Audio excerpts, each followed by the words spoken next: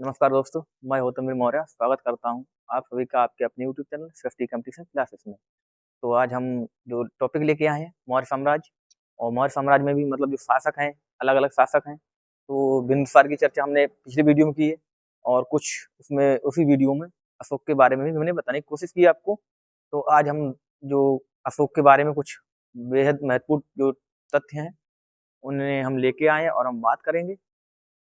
और क्योंकि यहाँ पे हर एग्जाम बनते हैं, आरओ, आरओ, पीसीएफ हो, होमगार्ड हो, लेखपाल हो, सारे एग्जामों को लेकर डेडिकेट होकर हमने वीडियो लेके आ रहे हैं हम आपको। तो देखेंगे, टॉपिक को बताने की आपको जरूरत नहीं है क्योंकि मौर्य साम्राज्य ही चल रहा है। तो जो है एक आज का जो पहली जो स्थिति का है कि जो कल्हड़ है, कल्हड़ कल्हड़ की एक पुस्तक है, रजत तरंगड़ी।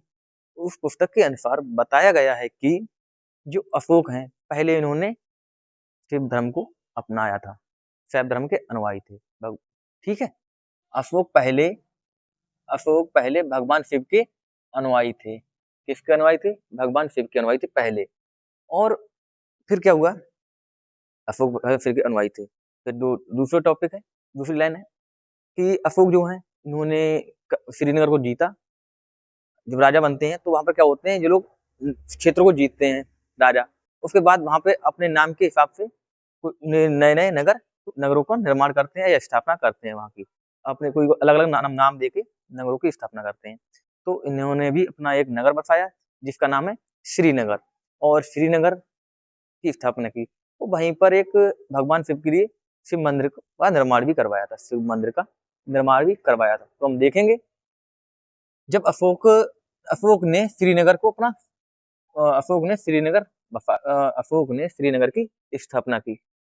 किसकी स्थापना की अशोक ने? तो श्रीनगर की स्थापना की और वहां पर भगवान शिव के मंदिर का निर्माण कराया। ठीक है, और वहां पर भगवान शिव के मंदिर का निर्माण करवाया। ठीक है, क्यों अगर पूछ ले कभी एग्जाम में कि जो श्रीनगर है इसकी स्थापना श्रीनगर की स्थापना किस शासक ने की है, तो कौन होंगे आपके? अशोक होंगे। और वही प्रथम पुस्तक माना जाता है तथा पुस्तक के बारे में बात हुई। फिर जो वो विद्वान होते हैं, जो भी लेखक होते हैं, ये किसी न किसी दरबार में किसी राजा के यहाँ रहकर रहते हैं, किसी न किसी राजा के दरबार में रहते हैं। क्यों? राजा जो होते हैं, जो विद्वान लोग होते हैं या जो लेखक वगैरह होते हैं, उन्हें अपने दरबार में बुला लेते हैं। तो इन्होंने जो कल्हड़ हैं, ये किसके दरबार से संबंधित रहे हैं अगर पूछ ले तो उसके जो दरबार में रहे, किसके दरबार में रहे हैं? तो दरबारी जो मतलब राजा का नाम है जय सिंह। जो राजा का क्या नाम है? जय सिंह नाम है। तो कल्हड़ जय सिंह के दरबार में रहते थे। कल्हड़ किसके दरबार में रहते थे? तो जय सिंह के दरबार में रहते थे। क्लियर हुआ? और अशोक ने एक नगर की स्थापना और की है। अशोक ने एक नगर और बसाया नेपाल में, जिसका नाम क्या है? ललित पाटन। ललित पाटन नामक शहर बसाया अशोक ने। तो दो शहर हो गए, एक तो श्रीनगर, दूसरा ललित पाटन। दोनों ध्यान रखना है आपको। अशोक ने नेपाल में, कहा ललित पाटन कहाँ है? नेपाल में। ये भी ध्यान रखना है कि ललित पाटन नेपाल में है और ललित पाटन शहर किसने बसाया? तो अशोक ने बसवाया। किसने बसाया? अशोक ने बसाया। क्योंकि अब देखो, अशोक ने अशोक की आगे कहानी बढ़े। अशोक जो है इन्होंने राजा बनने राजा बनने के मतलब 8 वर्ष बाद इन्होंने अपना राज्याभिषेक के 8 वर्ष बाद, पहले उन्होंने राजा बने, फिर अब राज्याभिषेक करवाया। उसके 8 वर्ष बाद इन्होंने क्या हुआ? कलिंग पर आक्रमण किया। कब किया? ईस्वी अगर पूछिए तो 261 ईसा पूर्व में। 261 ईसा पूर्व में इन्होंने कलिंग पर आक्रमण किया अपने राज्याभिषेक के 8 वर्ष बाद। ठीक है, और जब इन्होंने आक्रमण किया कलिंग पर, तो वहां का शासक कौन था? क्योंकि जब जब इन्होंने आक्रमण किया होगा तो वहां का कोई ना कोई राजा होगा। तो वहां का शासक जो राजा था, नंदराज। हो सकता है कि पूछ ले कि जब अशोक ने कलिंग पर आक्रमण किया था तो उस समय जो कलिंग का राजा कौन था? तो उसका नाम है नंदराज। ठीक है, तो हम देखेंगे अशोक ने अपने राज्याभिषेक के 8वें वर्ष राज्याभिषेक कराया। उसके 8 वर्ष बाद 8वें वर्ष 261 ईसा पूर्व में, कब? 261 ईसा पूर्व में कलिंग युद्ध किया। कलिंग का युद्ध किया और वहां का शासक जो था, कलिंग का शासक कौन था? तो नंदराज था। ठीक है, क्योंकि यहाँ पे ये भी क्वेश्चन ये भी आ चुका है कि अशोक ने अपने कितने राजत्व के कितने वर्ष बाद उन्होंने कलिंग आक्रमण किया। तो 8 वर्ष बाद ये भी आ चुका है एक बार एग्जाम में। और दूसरा ये भी पूछा जा चुका है कि 200 कौन सी ईस्वी में इन्होंने कलिंग पर आक्रमण किया। दोनों चीजें क्लियर हो गई। 261 ईसा पूर्व में इन्होंने कलिंग पर आक्रमण किया था। ठीक है, तो राजा भी आपको हमने बता दिए कि कौन था? नंदराज। कलिंग के राजा कौन थे? नंदराज थे। अब वो जो युद्ध किया, युद्ध करने के बाद अशोक की विजय हुई वहां पर। कलिंग पर इन्होंने आक्रमण किया, युद्ध किया, और युद्ध में जो अशोक हैं इनकी अशोक को कलिंग के युद्ध में विजय प्राप्त हुई। और विजय प्राप्त होने के बाद क्या हुआ? इन्होंने लगभग 1 लाख लोग इन्होंने मार दिए। अशोक थे, उन्होंने कलिंग में लगभग 1 लाख लोग मार दिए और लगभग 1.5 लाख लोगों को इन्होंने बंदी बनाया था। कितने लाख? पूछ ले कि अशोक ने कितने लाख लोगों को मारा था? तो 1 लाख लोग इनको मार दिए थे, खत्म कर दिए थे, और लगभग 1.5 लाख जो लोग थे उन्हें बंदी बनाया था। इस युद्ध में अशोक ने, जो कलिंग का युद्ध है, इसमें अशोक ने विजय प्राप्त की, ये तो बता दिया। उसके बाद लेकिन इस युद्ध में क्या हुआ था? कलिंग के युद्ध में क्या हुआ था? लगभग 1 लाख लोग मारे गए। 1 लाख लोग मारे गए थे, काट दिए गए थे, मार दिए गए थे, और 1.5 लाख लोगों को बंदी बनाया गया था। 1.5 लाख लोगों को बंदी बनाया गया था। और कलिंग के युद्ध के पश्चात ही, कलिंग युद्ध हुआ उसके पश्चात ही जो अशोक हैं इनका हृदय परिवर्तन हुआ। क्योंकि 1.5 लाख लोग बहुत हुए अपने आप में, किसी को मारना, और वहां किसके लिए मारा होगा? एक क्षेत्र की सीमा बढ़ाने के लिए ही तो मारा होगा, मतलब साम्राज्य बढ़ाने के लिए मारा होगा।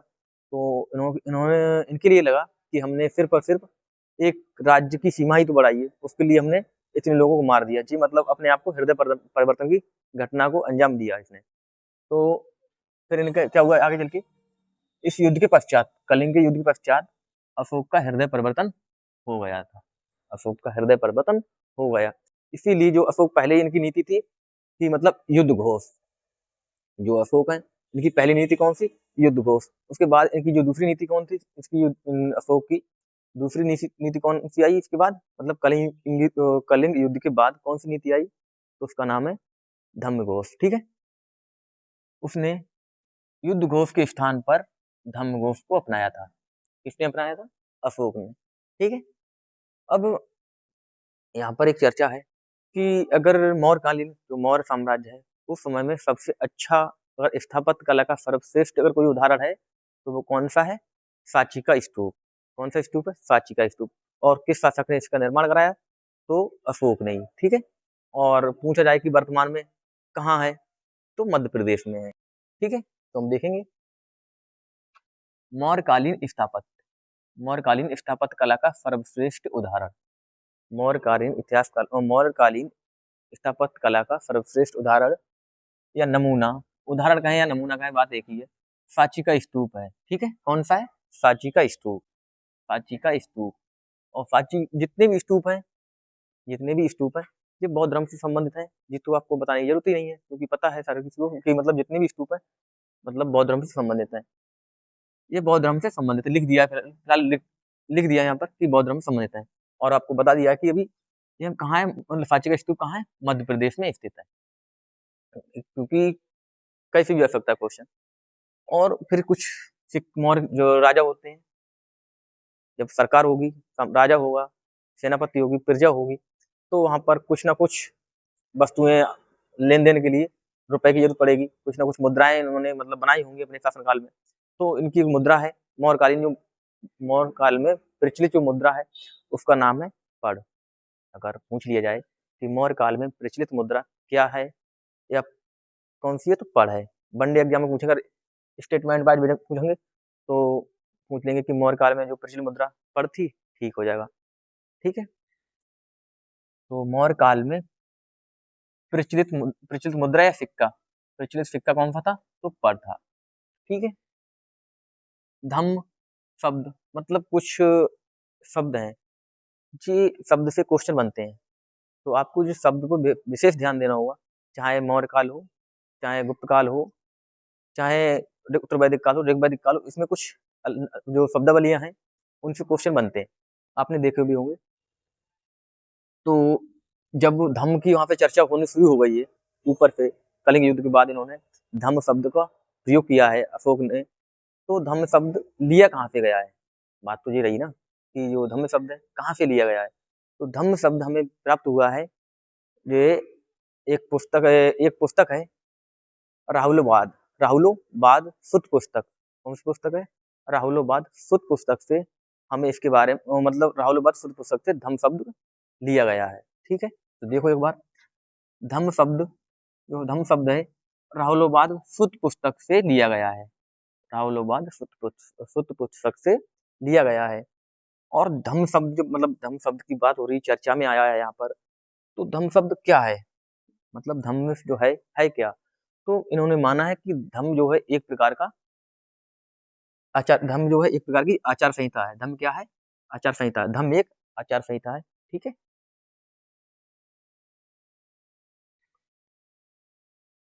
कंटक शोधक, कंटक शोधक एक नाम है, थोड़ा देख लेना। कंटक शोधक, इस शब्द का प्रयोग किसके लिए हुआ है? कंटक शोधक शब्द का जो प्रयोग हुआ है किसके लिए हुआ है? तो न्यायालय के लिए हुआ है।